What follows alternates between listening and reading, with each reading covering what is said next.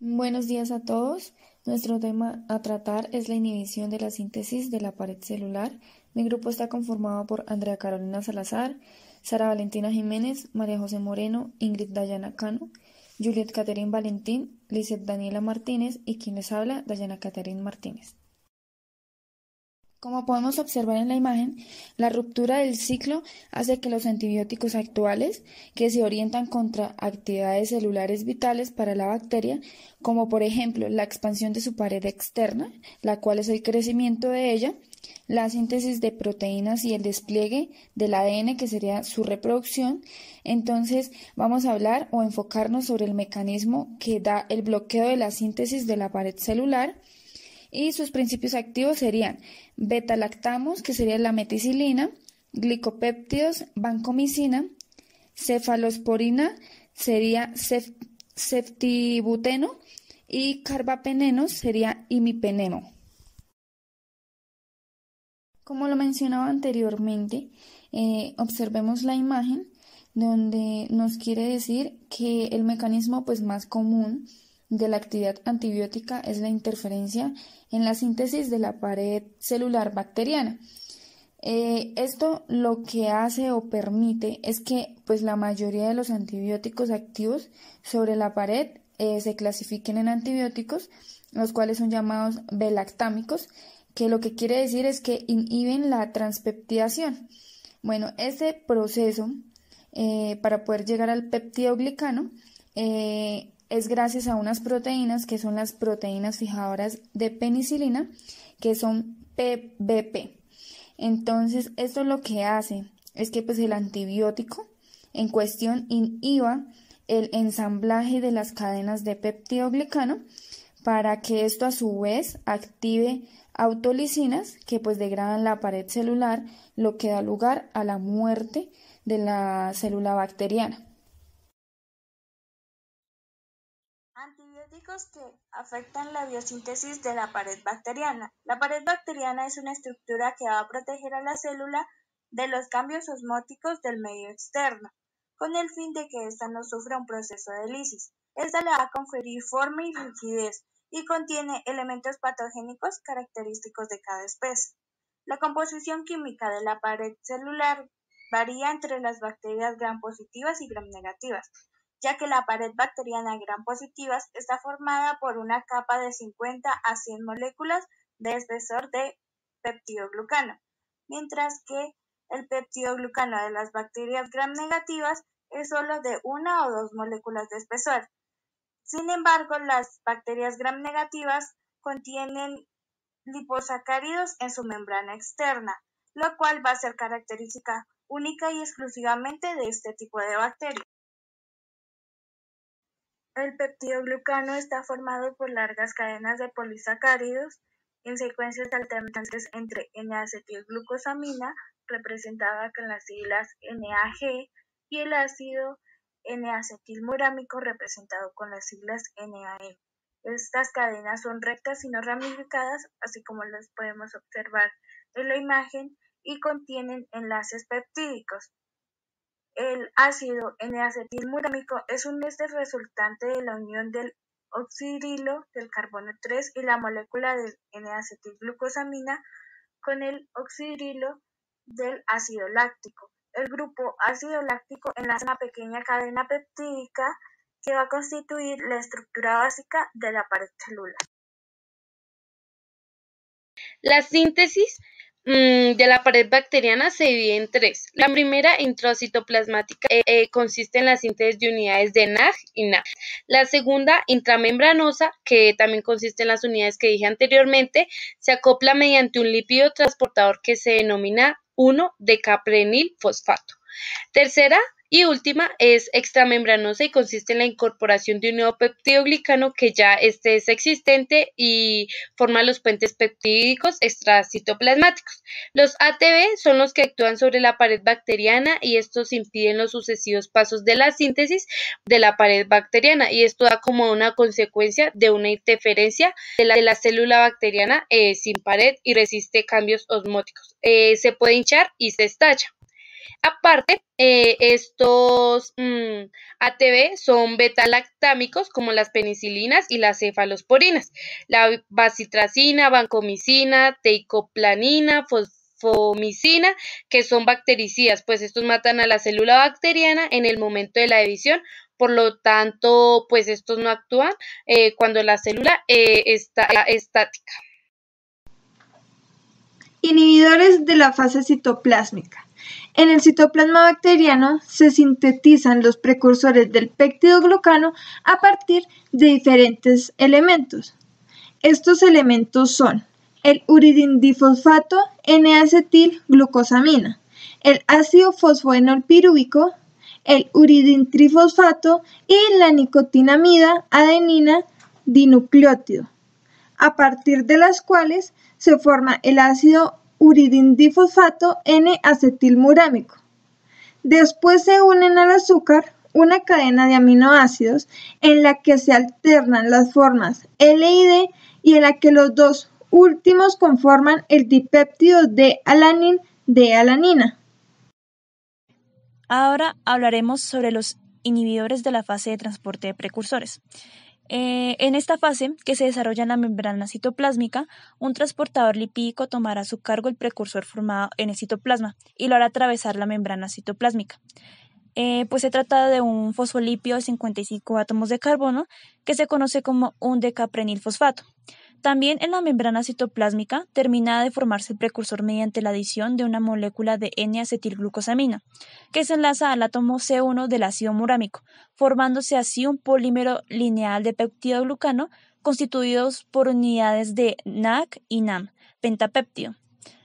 Bueno, una vez que este precursor disacárido pentapéptido es transferido a un lugar aceptor en la pared preexistente, el transportador queda pirifosforilado y se separa, y debe presentar una defosforilación para convertirse en su forma monofosfato activa, que puede transportar ya nuevos precursores a la capa de peptidoglucano. Otro de los inhibidores son las mureidomicinas, que son un nuevo grupo de antimicrobianos producidos por Streptomyces flavivirens, que por su analogía estructural con el precursor disacárido pentapéptido se unen competitivamente con el transportador lipídico, provocando que se bloquee el transporte de los precursores a través de la membrana citoplásmica, y pues no existen derivados de uso clínico de estos antimicrobianos. Antibióticos que inhiben la pared bacteriana. Tenemos los betalactámicos, que son antibióticos que van a estar fungiendo como inhibidores de la pared celular bacteriana. Estos tienen un anillo betalactámico con 4 componentes que le confieren la naturaleza reactiva. Hay una manera fácil de aprender lo que es PECAMOS, P de penicilinas, C de cefalosporinas, K de carbapenémicos y MOS de monobactámicos. En la bacteria, la construcción de cadenas y entrecruzamientos del peptidoglucano está catalizada por enzimas pertenecientes a las familias de las serinas proteasas, como los transpeptidasas y la transglucosidasas. Estas enzimas se les denomina PBP, proteínas que se le unen a la penicilina cuando están marcadas radioactivamente. ¿Pero qué es lo que hacen? Bueno, estas van a inhibir el crecimiento bacteriano en las fases finales de la síntesis del peptidoglucano. Al inactivar estas enzimas que están localizadas en la membrana bacteriana, estas enzimas van a estar involucradas en la síntesis de la pared bacteriana. Vamos a ver que los betalactámicos se van uniendo a las PBP y van a estar inhibiendo el ensamblaje de las cadenas de peptidoglucano, inhibiendo así la transpeptidación. Los betalactámicos son bactericidas. El mecanismo de muerte bacteriana es una consecuencia indirecta de la inhibición de la pared celular. Lo que pasa es que hay enzimas que normalmente median la autólisis del peptidoglucano y estas están presentes en la célula bacteriana, pero también normalmente son reguladas intrínsecamente para degradar al peptidoglucano cuando la bacteria crece o se replica. La inhibición de la pared celular va a estar provocando la activación de un sistema autolítico que conlleva a la muerte celular. Los betalactámicos van a estar activando autolisinas que degradan desmedidamente la pared celular bacteriana, lo que conlleva a la muerte de la misma. El principal componente estructural de la pared celular bacteriana es la capa de peptidoglucano. La estructura básica es una cadena de 10 a 65 residuos disacáridos formados por moléculas de N-acetilglucosamina, que alternan con moléculas de ácido N-acetilmurámico. Las enzimas específicas pertenecientes a una gran familia de serina-proteasas catalizan la formación de las cadenas y los puentes. Por ejemplo, las transpeptidasas, las transglucosiliasas, las carboxipeptidasas. Estas enzimas reguladoras se denominan proteínas de unión a la penicilina, o también llamadas PPP, debido a que se pueden unir a los antibióticos beta-lactámicos. El compuesto básico de la penicilina es un ácido orgánico con un anillo beta-lactámico. Cuando el hongo se cultiva mediante un proceso de fermentación, produce grandes cantidades de ácido 6-aminophenicilánico. El anillo beta-lactámico se fusiona con un anillo tiazólido. La modificación bioquímica de este compuesto intermediario proporciona derivados con una menor inestabilidad en medio ácido, una mayor absorción en el tubo digestivo y una mayor resistencia a las penicilinas a un mayor espectro que abarca bacterias gram negativas. Naturales. Penicilina G. Se absorbe de forma incompleta por vía oral, ya que es inactivada por el ácido gástrico. Se usan principalmente por vía intravenosa. Es un número limitado de infecciones producidas por microorganismos sensibles. Su dosis en adultos y adolescentes es de 20 a 24 millones de unidades por día, en 6 dosis divididas durante 10 a 21 días. Penicilina V. Es más resistente al ácido gástrico y constituye la forma oral de elección para el tratamiento de infecciones producidas por bacterias sensibles.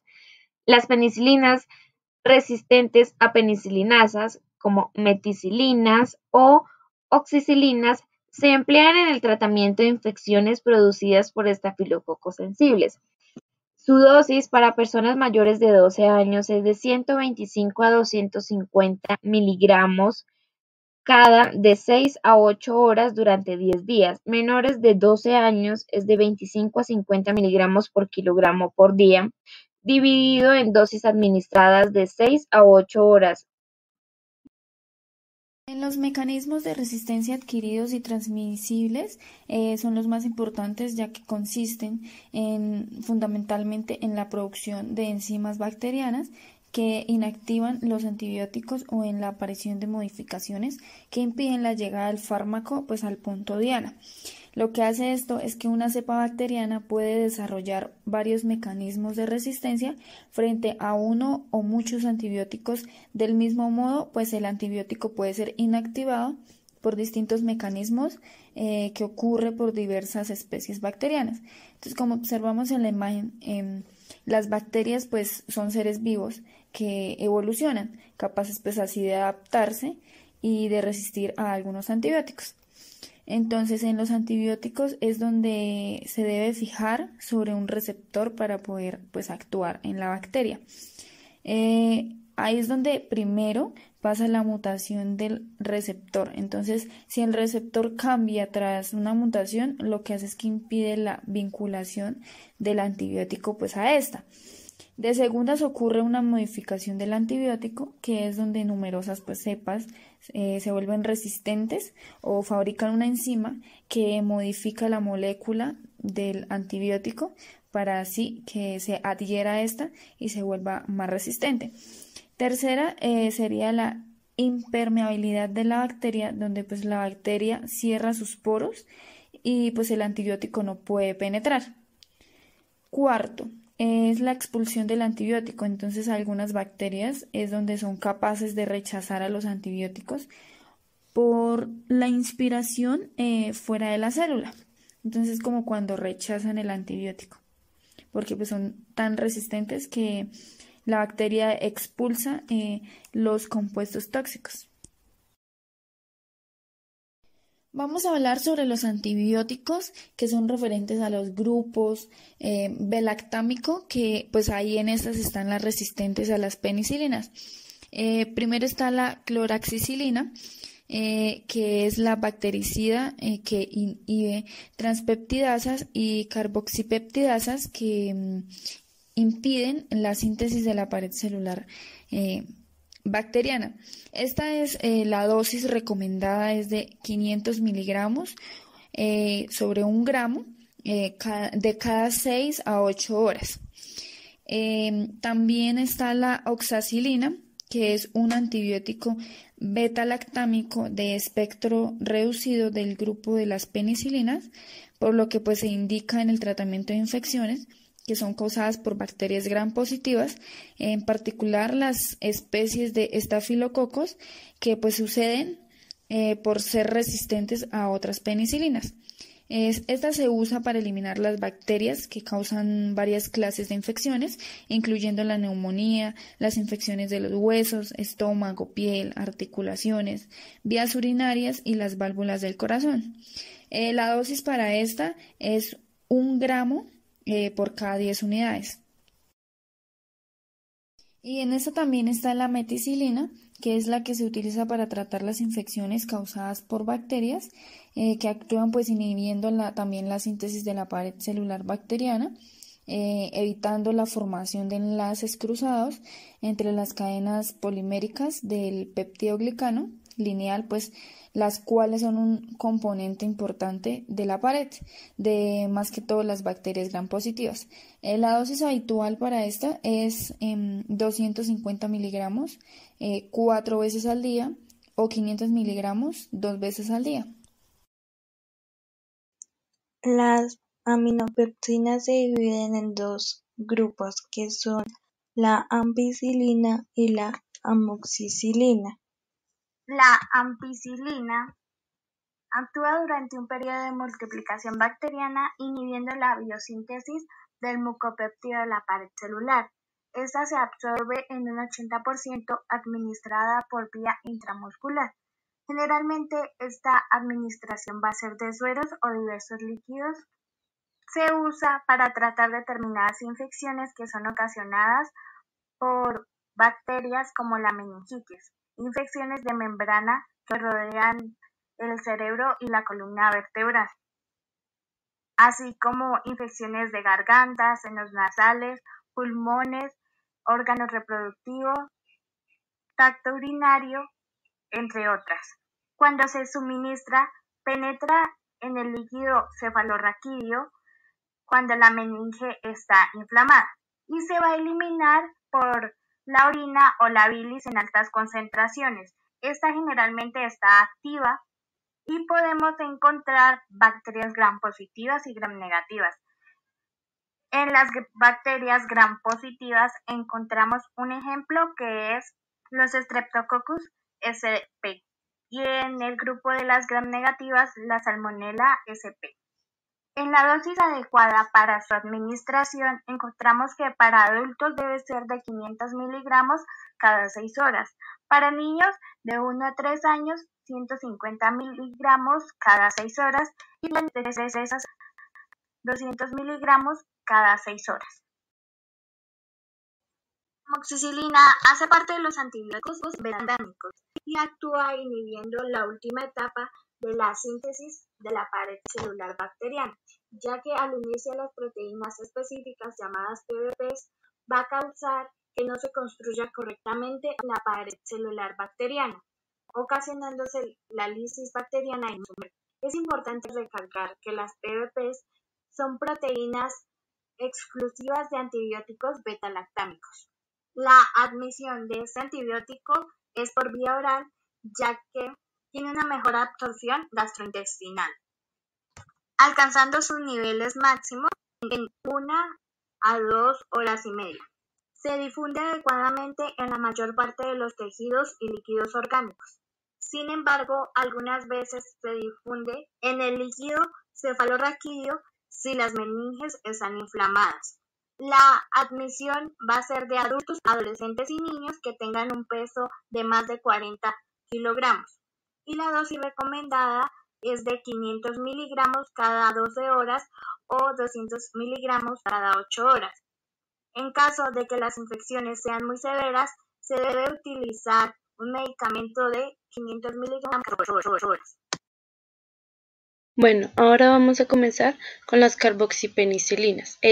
Vamos a comenzar con la carbenicilina. Esta es la que inhibe la síntesis de la pared celular bacteriana y la actividad contra bacterias positivas y bacterias negativas para aplicaciones de medios o de cultivo celular. Como todo tiene un efecto adverso. Esta puede aumentar el tiempo de la protrombina, puede causar hemorragias, anemia hemolítica, neutropenia, leucopenia, trombocitopenia y por último púrpura. Aparte de esto, tenemos la ticarcilina, que esta tiene acción bactericida, inhibe la síntesis y reparación de la pared bacteriana, ejerce una acción preferente sobre bacterias gram negativas, aunque es de forma selectiva. Sus efectos adversos son vómitos, náuseas, dolor abdominal, trastornos gastrointestinales y elevación de las enzimas hepáticas. Las ureidopenicilinas son antibacterianos sistémicos derivados de la molécula de ampicilina para ampliar el espectro contra las bacterias gram negativas y las pseudomonas. En este grupo se encuentran la piperacilina y la meslocilina. Entonces, la piperacilina se usa para tratar las infecciones por neumonía e infecciones de la piel, ginecológicas y abdominales causadas por bacterias. Funciona matando las bacterias que causan estas infecciones. Tiene una mayor actividad incluyendo patógenos gram positivos y gram negativos y organismos aeróbicos. La dosis y frecuencia de administración de piperacilina depende de la gravedad, de la localización de la infección y de los patógenos esperados. La dosis habitual es de 4 gramos de piperacilina administrados cada 8 horas. Sus reacciones adversas son diarrea, estreñimiento, náuseas, vómitos, acidez, dolor de estómago, fiebre, dolor de cabeza, aftas en la boca, dificultad para conciliar el sueño, sarpullido, picazón, urticaria, dificultad para respirar y sibilancia. Y la meslocilina es un antibiótico betalactámico bactericida semisintético de amplio espectro. Su espectro de acción se extiende a un gran número de gérmenes gram negativos, gram positivos, aerobios y anaerobios. Es especialmente activo frente a la mayor parte de los bacilos aeróbicos gram negativos.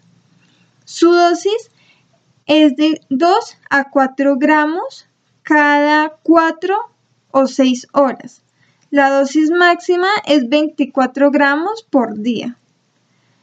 Sus reacciones adversas son la urticaria, eosinofilia, fiebre medicamentosa, nefritis intersticial aguda, vasculitis, shock anafiláctico, trastornos de la función plaquetaria con prolongación del tiempo de sangría, púrpura o hemorragia de mucosas que aparecen más comúnmente en pacientes con función renal severamente deteriorada, leucopenia, anemia o trombocitopenia, náuseas y vómitos. Ahora hablaremos sobre otro de los grupos de los beta-lactámicos, que son las cefalosporinas. Las cefalosporinas son antibióticos bactericidas y su mecanismo de acción es interferir con la síntesis del componente peptidoglucano de la pared celular bacteriana a través de la unión a la proteína fijadora de penicilina, que es conocida por sus siglas como PBP, e inactivación de los inhibidores de la autolisina endógena. Esta autolisina lo que hace es romper las paredes celulares bacterianas y produce la muerte del microorganismo por lisis microbiana.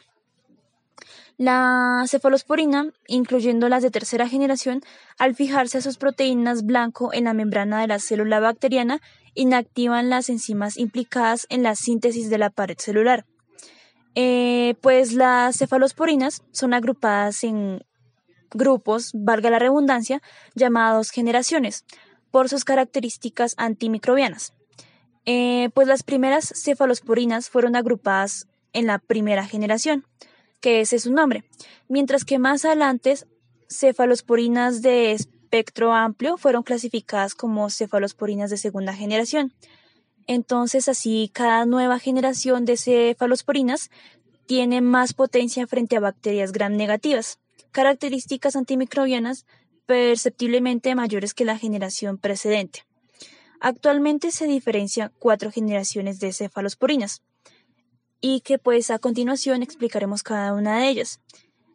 Pues también cabe destacar que las cefalosporinas de primera generación tienen mayor espectro de acción ante estafilococo y estreptococo que las generaciones más recientes.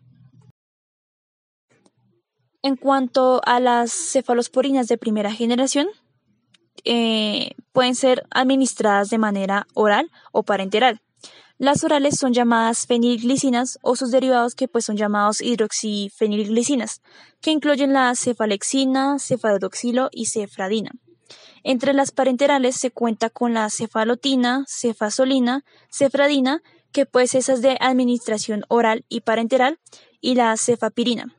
Este grupo de antimicrobianos incluye sustitutos de la penicilina G que son resistentes a las penicilinasas de los Staphylococcus, por lo tanto tienen una buena actividad contra bacterias aerobias gram positivas. Bueno, pues con excepción de los Enterococcus, Staphylococcus resistentes a la meticilina, los Staphylococcus epidermidis y neumococos resistentes a la penicilina, y algunos organismos gram negativos adquiridos en la comunidad, como la P. mirabilis, E. coli, Klebsiella pneumoniae y Moraxella cataralis.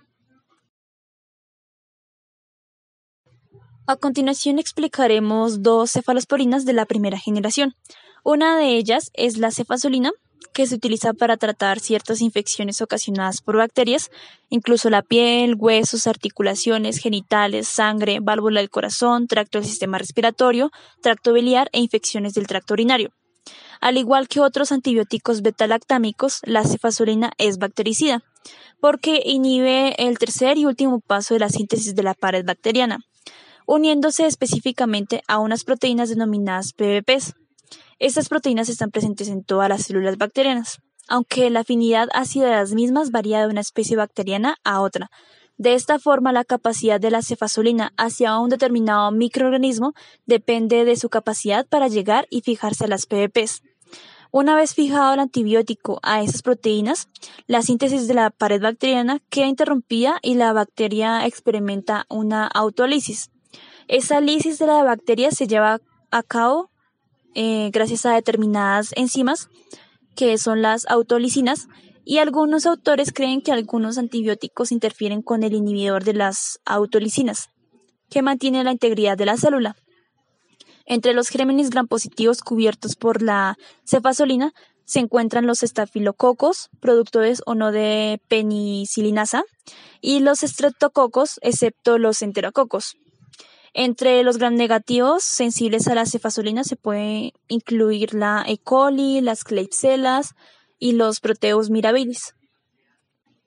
En cuanto a la dosis de este antibiótico, la inyección de la cefazolina viene como un estilo de polvo para mezclarse con líquido o como un producto premezclado, para inyectarse de forma intravenosa, es decir, en la vena, durante un periodo de 30 minutos. La inyección de la cefazolina también se puede administrar intramuscularmente, es decir, en un músculo. Generalmente este antibiótico se administra cada 6, 8 o 12 horas y la duración de su tratamiento depende del tipo de infección que tenga y la respuesta de su cuerpo al medicamento. En cuanto a los efectos secundarios de la cefazolina, se pueden encontrar las reacciones alérgicas como la fiebre medicamentosa, erupción cutánea, prurito vulvar, eosinofilia. En casos raros se descrito reacciones dérmicas graves como el síndrome de Steven-Johnson, que están relacionadas con la administración de cefazolina. También pueden producirse reacciones alérgicas graves, como el shock anafiláctico, y en cuanto a las infecciones e infestaciones pueden presentarse vaginitis y moniliasis genital. Y en trastornos del sistema nervioso, ocasionalmente se han comunicado mareo, malestar, fatiga, insomnio, pesadillas, debilidad y crisis convulsivas, especialmente después de la administración de altas dosis a pacientes con marcada insuficiencia renal.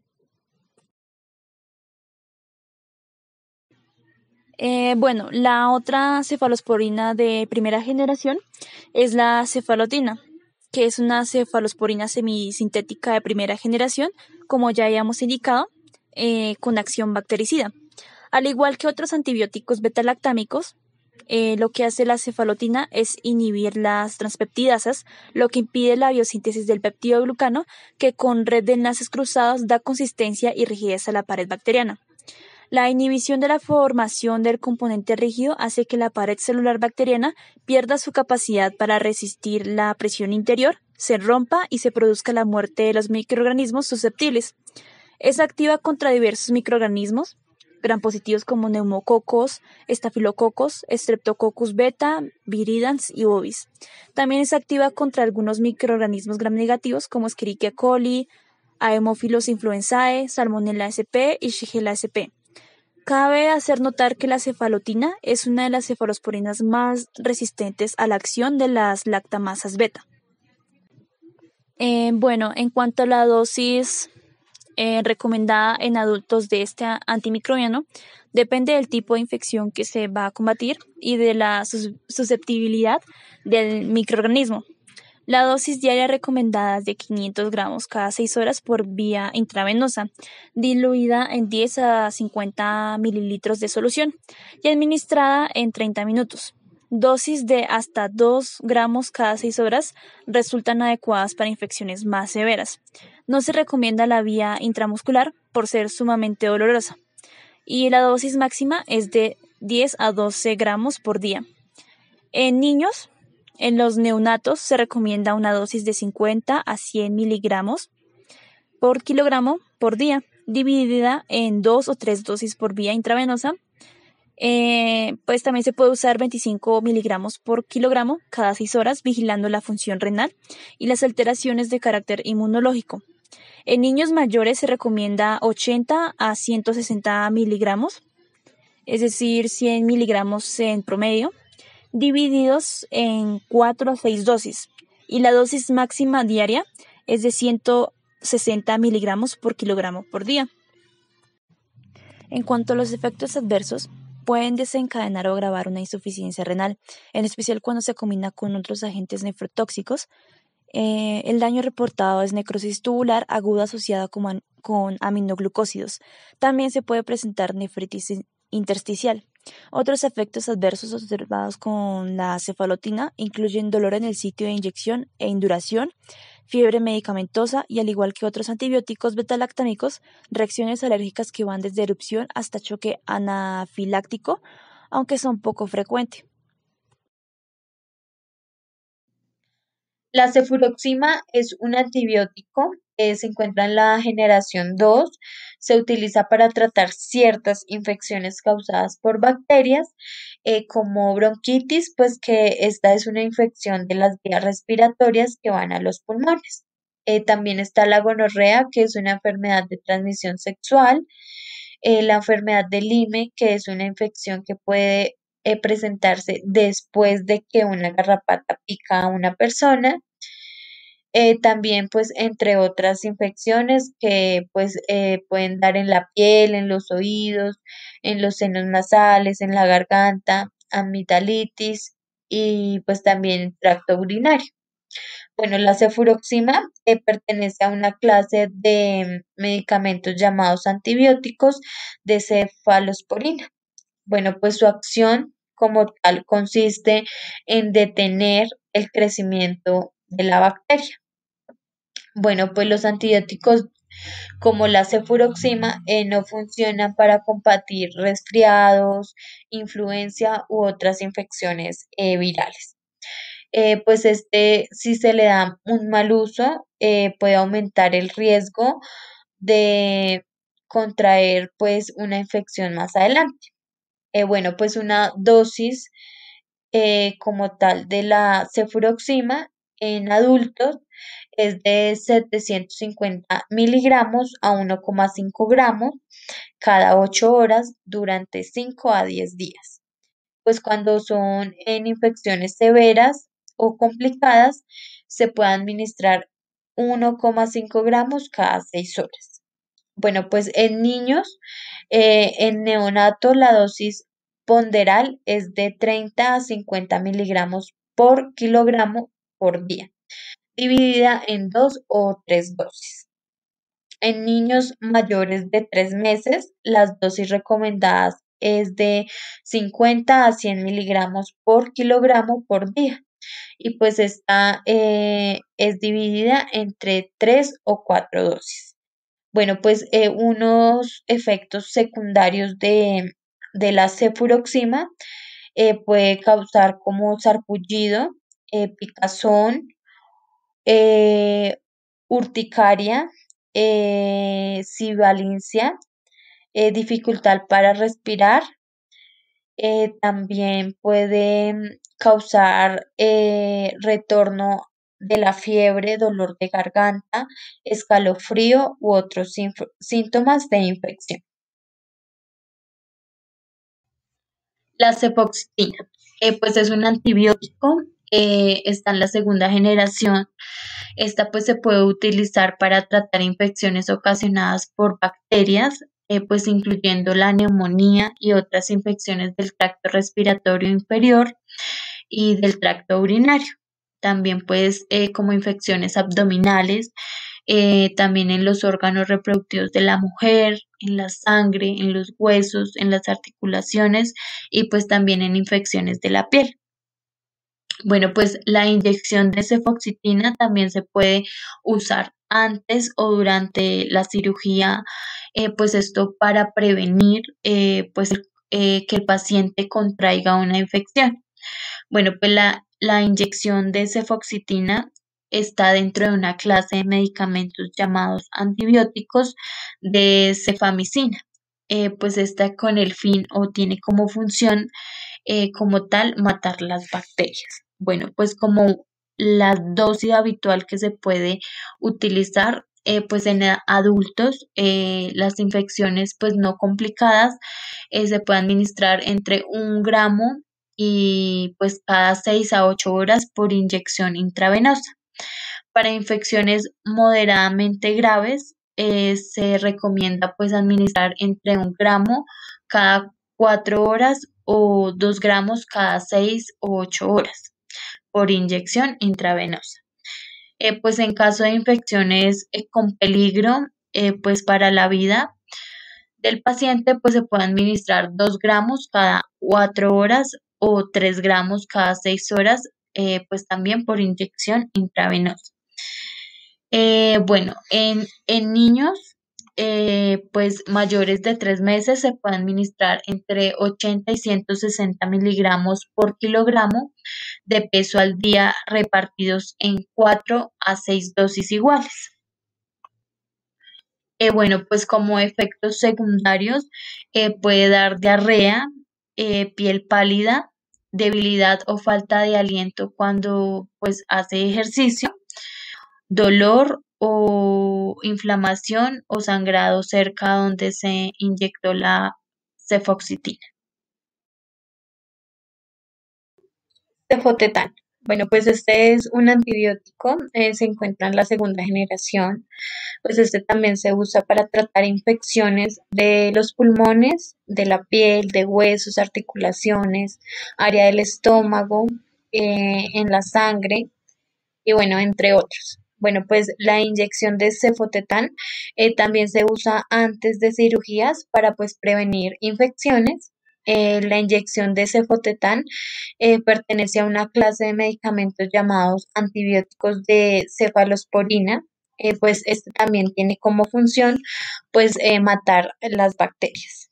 Bueno, pues unos efectos secundarios, pues podría dar náuseas, podría dar dolor o inflamación en el sitio de la inyección, diarrea y pues ya como de pronto unos efectos secundarios más graves, pues podría dar mareo, piel pálida, confusión, cansancio extremo y pues ritmo cardíaco rápido y también dificultad para respirar. Cefaclor. El cefaclor se usa para tratar algunas infecciones provocadas por bacterias como neumonía y otras infecciones del tracto respiratorio inferior e infecciones de la piel, oídos, garganta, amígdalas y el tracto urinario. Su dosis es de 20 miligramos por kilogramo al día cada 8 horas, máximo 1 gramo al día. Infecciones graves 40 miligramos por kilogramo al día cada 8 horas.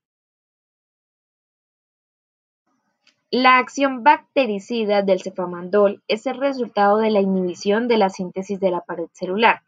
Tienen actividad in vitro con amplia gama de organismos gram positivo y gram negativos. Su dosis es de 500 miligramos a 1 gramo cada 4 a 8 horas. Infecciones de la piel y neumonía no complicadas 500 miligramos cada 6 horas. Tercera generación, cefotaxima. Inhibe la síntesis de la pared bacteriana, uniéndose específicamente a unas proteínas denominadas PBPs. Una vez fijado el antibiótico a estas proteínas, la síntesis de la pared bacteriana queda interrumpida y la bacteria experimenta la autólisis. Su dosis a mayores de 12 años no complicados es 1 gramo cada 12 horas. Graves, 12 gramos diarios dividido en 3 a 6 dosis. Ceftriaxona. Tienen acciones de amplio espectro en contra de bacterias gram negativas y gram positivas. Inhiben la síntesis de la pared celular de las bacterias, específicamente por unión a unas proteínas bacterianas llamadas PBPs, o también proteínas ligadas de la penicilina. Su dosis para mayores de 12 años es de 1 a 2 gramos cada 24 horas. Su dosis máxima se puede elevar hasta 4 gramos una sola vez al día o 250 miligramos intramuscular. Están los antibióticos de la tercera generación, los cuales son ceftazidima, que esta acción depende de su capacidad para alcanzar las proteínas que ligan penicilinas pues localizadas en las membranas citoplasmáticas para poder unirse a ellas.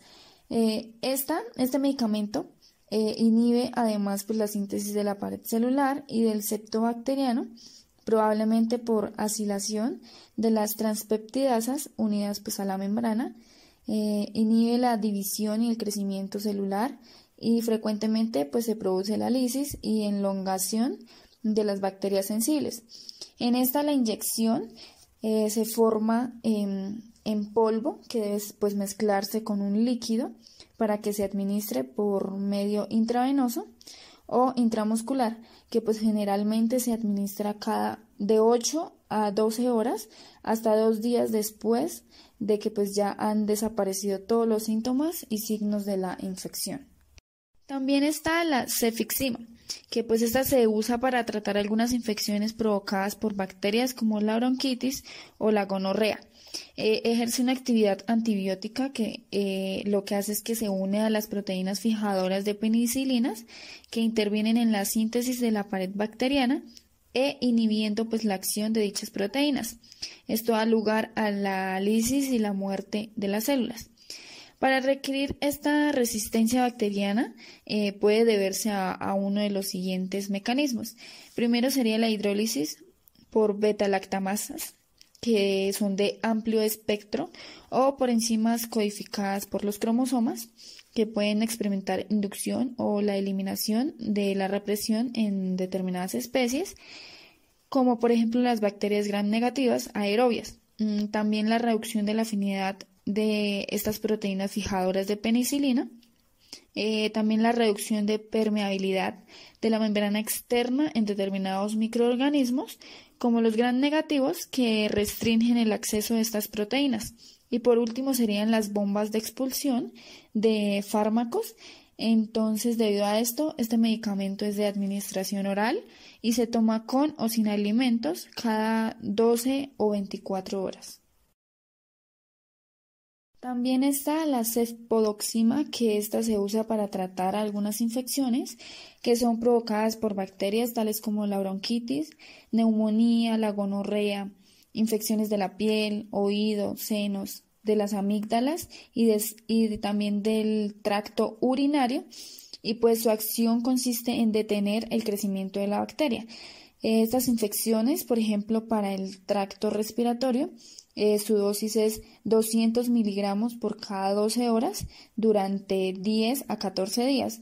Para la faringitis o faringoamigdalitis sería 100 miligramos cada 12 horas por 5 a 10 días. En esta generación encontramos la cefepina y cefpiroma.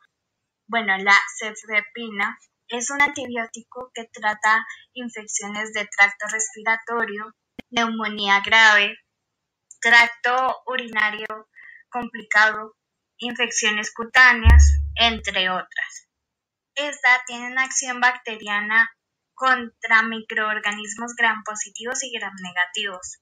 Para gram positivos encontramos que tiene una mayor actividad en contra de enterobacterias, incluyendo las cepas productoras de lactasa beta.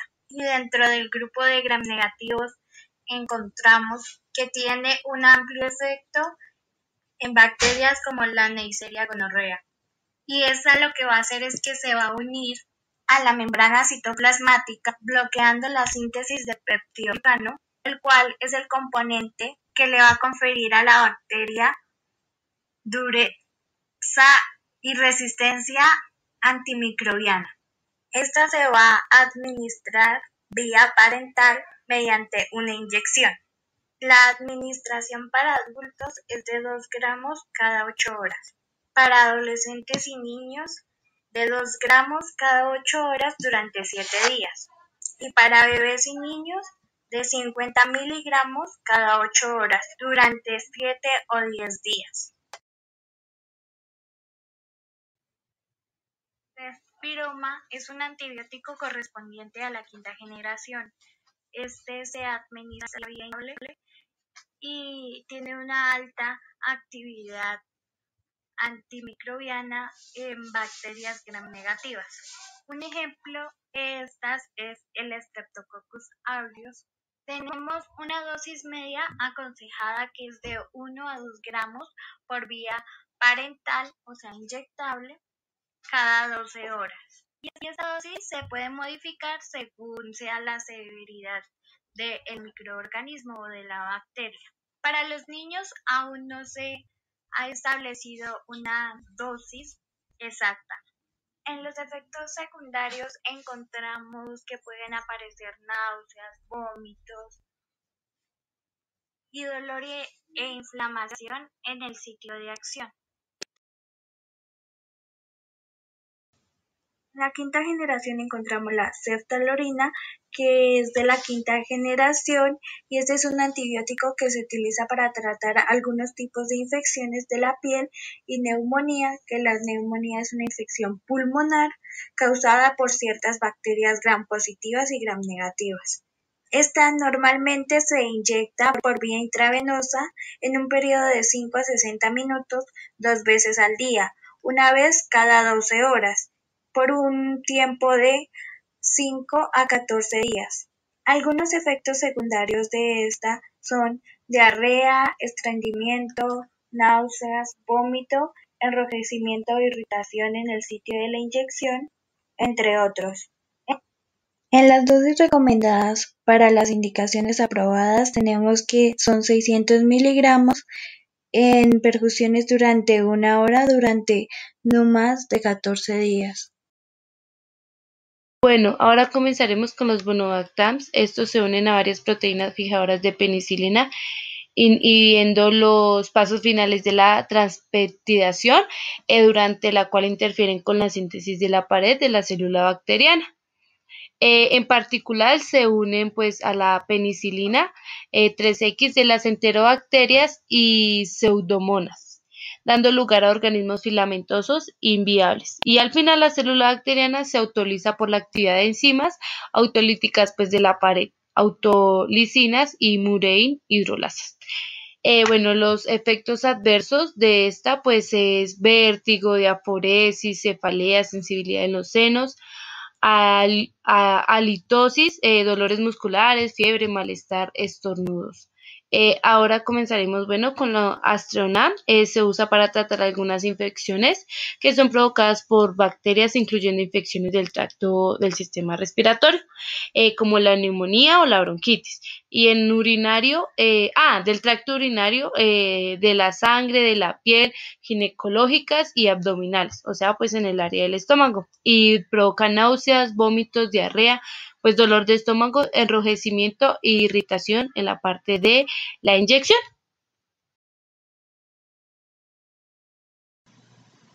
Otra clasificación son los carbapenems. Su estructura difiere de las penicilinas en que el átomo de azufre de anillo de tiazolidina es externalizado y sustituido por un átomo de carbono. Estos antibióticos tienen una estructura molecular pequeña que les permite ingresar fácilmente al espacio periplásmico de los bacilos gram-negativos, pasando a través de las porinas cual si fuesen nutrientes esenciales. Esta capacidad de ingreso, añadida a la alta fijación a las PBP y la estabilidad frente a las beta-lactamasas, les confiere su amplio espectro antimicrobiano.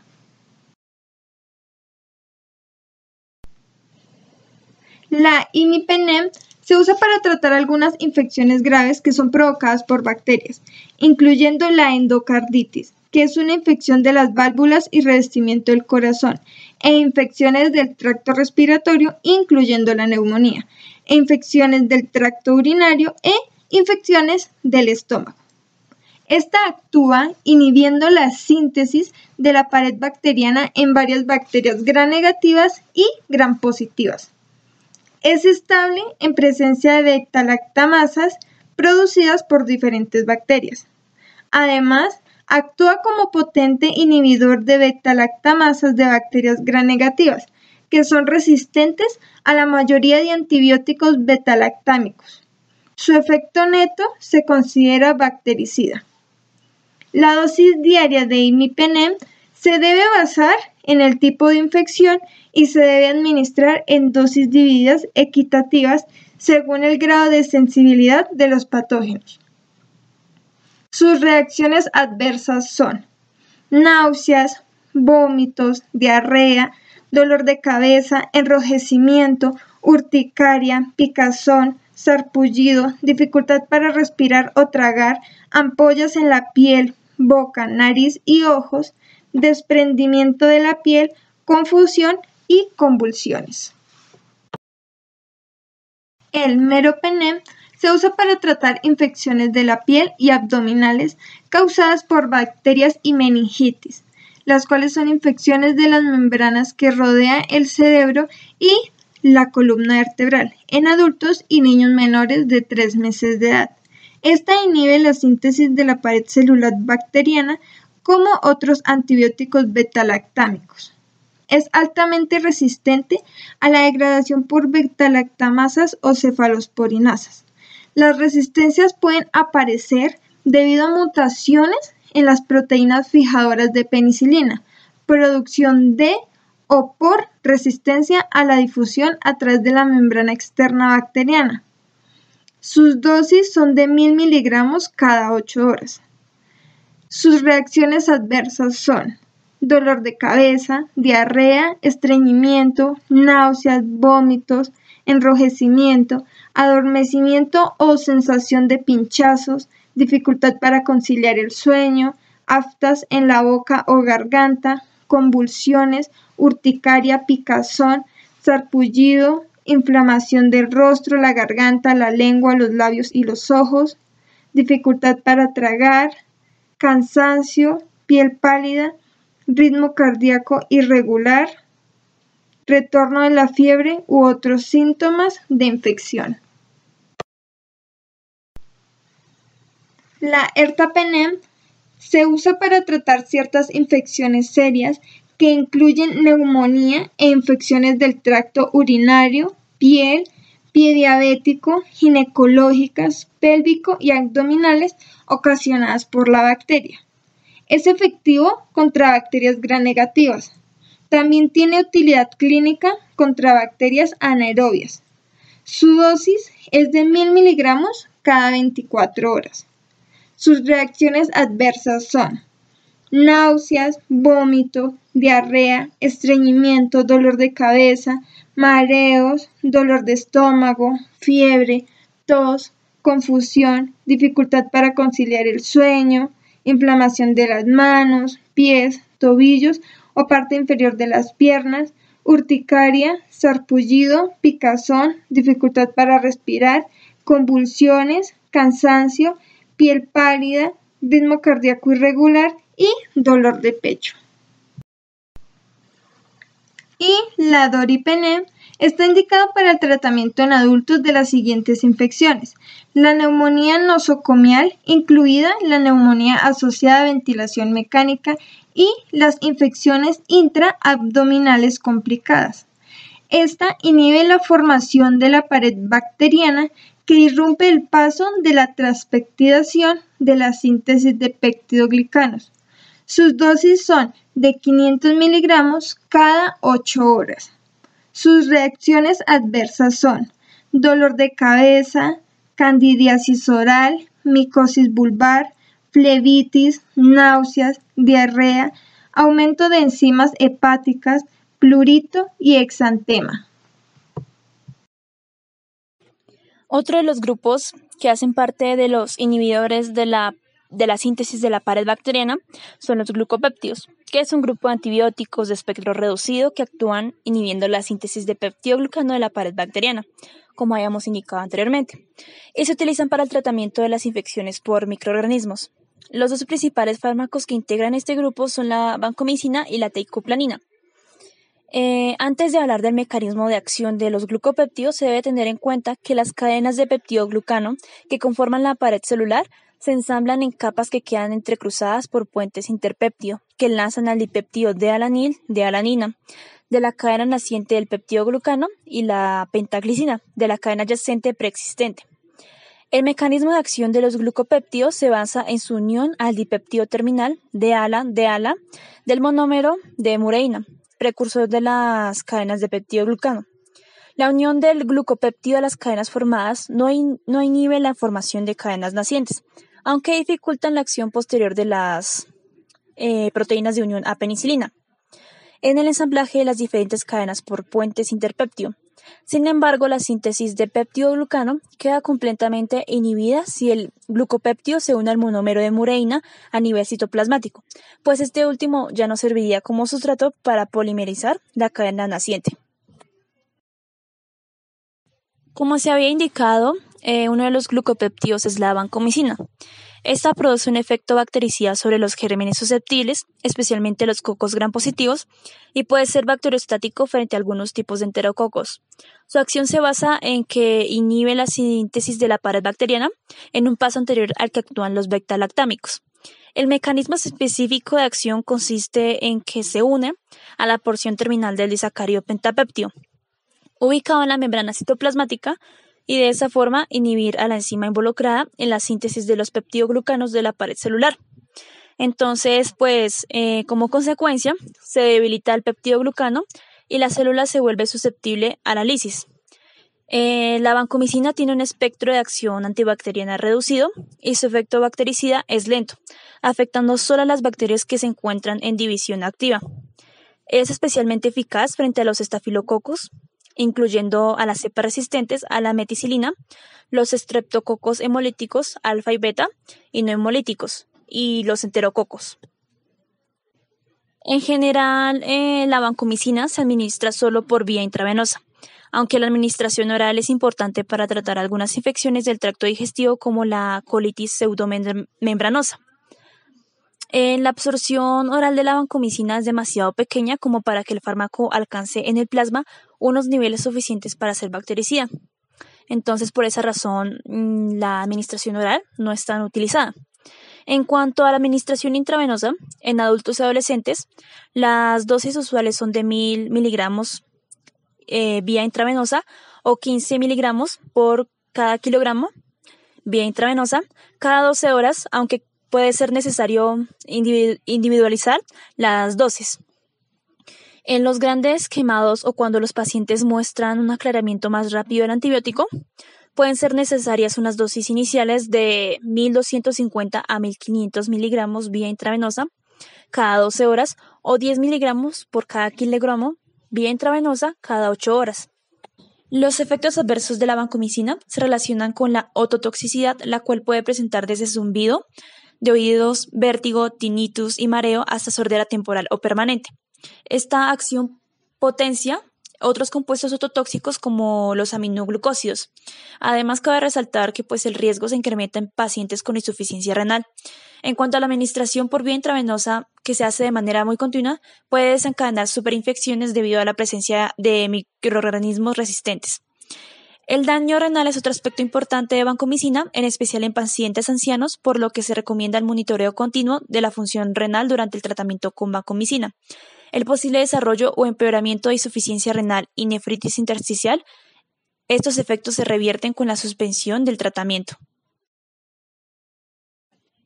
El segundo glucopéptido es la teicoplanina, que es un antibiótico parecido a la vancomicina con un espectro de acción también parecido, aunque la teicoplanina es activa frente a los Staphylococcus aureus, que por lo contrario en cuanto a la vancomicina es resistente y es más efectiva frente a los enterococos. Además, la teicoplanina tiene una semivida más larga que la vancomicina, lo que permite una sola administración al día. En cuanto a su mecanismo de acción, inhibe el crecimiento de organismos susceptibles, interfiriendo en la biosíntesis de la pared celular en un lugar distinto del afectado por los beta-lactámicos. Entonces, se bloquean la síntesis de peptidoglucanos por la unión específica de residuos de alanil de alanina, inhibiendo la producción de ácidos tetoicos. La resistencia a la teicoplanina se puede basar en mecanismos como la estructura de la diana modificada, como ocurre en el Enterococcus faecium. También se puede basar en la modificación, que es el intercambio de la función terminal de alanina de la cadena de aminoácidos en el precursor de la moreína con D-lactato, por consiguiente, reduciendo la afinidad a vancomicina. Las enzimas responsables son unas D-lactato deshidrogenasas o ligasas. Entonces, por ejemplo, en el estafilococo, que es resistente a la teicoplanina, se ocasiona una sobreproducción de precursores de mureína a los cuales se une la teicoplanina. En cuanto a la dosis, en adultos y adolescentes, se recomienda una dosis inicial de 400 miligramos intravenosa o intramuscular, lo que equivale a 6 miligramos por cada kilogramo, cada 12 horas hasta un total de 3 administraciones. La dosis de mantenimiento debe ser de 6 miligramos por cada kilogramo. Puede ser vía intravenosa o intramuscular una vez al día. En niños de 2 meses a 12 años, la dosis de carga debe ser una dosis de 10 kilogramos por cada kilogramo de peso corporal, administrada por vía intravenosa cada 12 horas, repetida 3 veces. La dosis de mantenimiento debe ser de 6 a 10 miligramos por cada kilogramo de peso corporal, administrada por vía intravenosa una vez al día. Sus efectos secundarios pueden ser eritema, dolor local, tromboflebitis, absceso de la vía intramuscular, erupciones cutáneas, fiebre, escalofríos, broncoespasmo, urticaria, angioedema, dermatitis exfoliativa, necrólisis epidérmica tóxica, eritema multiforme, náuseas, vómito, diarrea, eosinofilia, leucopenia, neutropenia, trombocitopenia, elevación de transaminasas, fosfatasa alcalina y creatinina sérica, mareos, cefalea, pérdida auditiva, tinnitus, trastorno vestibular, sobreinfección, entre otros efectos adversos. La bacitracina se usa para ayudar a prevenir las lesiones menores de la piel, pues como cortadas, raspones, quemaduras y pues para evitar que éstas se infecten. La bacitracina pues pertenece a una clase de medicamentos llamados antibióticos. Pues como tal la acción de esta pues consiste en detener el crecimiento de las bacterias. Bueno, pues como efectos secundarios de la bacitracina, pues es como la picazón, el sarpullido, la urticaria y pues también dificultad para respirar o tragar. Bueno, en la oxazolidinonas, pues estas inhiben la síntesis proteica y los glucopéptidos y los lipopéptidos, pues actúan sobre la pared bacteriana. Pues su espectro de actividad va dirigido fundamentalmente contra los microorganismos gram positivos y pues también contra los multiresistentes. Bueno, pues como efectos secundarios, pues más comunes han sido diarrea, cefaleas, náuseas, vómitos y pues también pueden presentarse alteraciones en los exámenes de función hepática y renal. Cicloserina, tratamiento de infecciones urinarias. Se utiliza raramente en esta indicación. Puede ser útil en casos de gérmenes multiresistentes. Su dosis es de 10 a 20 miligramos por kilogramo al día, vía oral. Se puede tomar en 2 dosis cada 12 horas y máximo de 500 miligramos cada 12 horas. Fosfomicina, usado para tratar las infecciones a las vías urinarias, inhibe la síntesis de los peptidoglucanos. Al inactivar de forma irreversible la enzima bacteriana enolpiruvato transferasa, ocupado el lugar de la transfenolpiruvato. Su dosis es intramuscular en adultos de 1 a 2 gramos cada 8 horas y para personas que están graves de 8 gramos diarios.